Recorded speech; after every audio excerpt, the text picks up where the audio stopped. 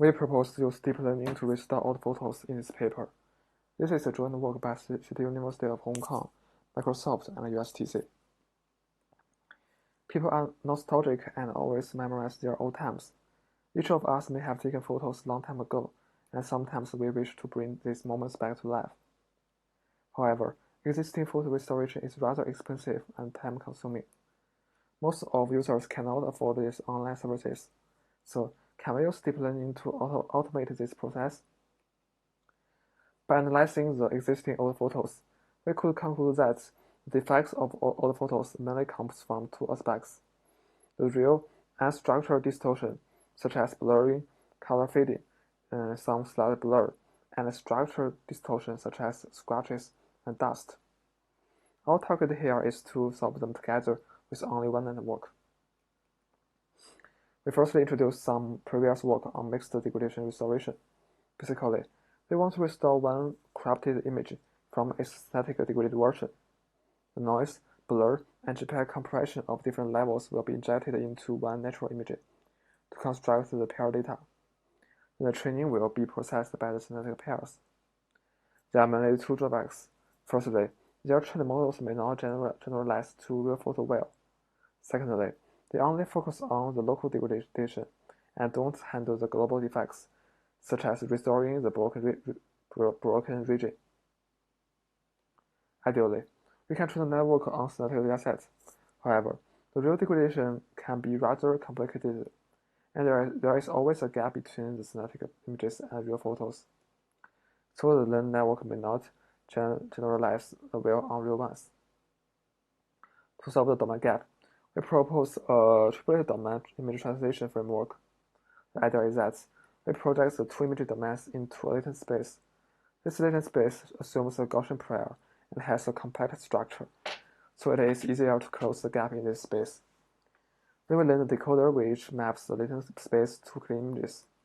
The decoder can be learned using the synthetic training pairs. Because the domain gap has been reduced, the same decoder can also work well for real photos. This slide shows the network structure. Basically, there's two VAEs. The first VAE encodes the old photos and the synthetic image to a shared latent space. And the second VAE obtains the latent code of clean images. Since the synthetic and clean images are pair data, then we can learn the mapping between them, their latent space. This means no matter what kind of degradation exists in the input image, we want to obtain one clean and complete image finally. We also design models for this latent mapping network so that it can achieve multiple tasks, such as denoising, color correction, image imprinting, and so on.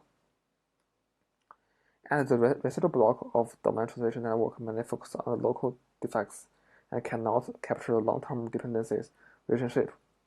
We design another partial nonlocal block to assist the implementing task. Specifically, given one intermediate feature map of latent translation network and the corresponding dorsal mask, we calculate the normalized similarity between the whole region pixels and non-whole region pixels through the embedded Gaussian function. Based on the global context feature, we could generate one new feature map. Combining original local features and new generated features, we fuse them together according to the mask. Our method is compared with previous works. The table shows that on synthetic datasets, our method is always among the top in terms of various metrics. The advantage of unreal photo is more obvious. Our method gives much more compelling results. Here give more results. We also test on portraits of celebrities. After restoration, these photos could look like the photographs taken by modern cameras.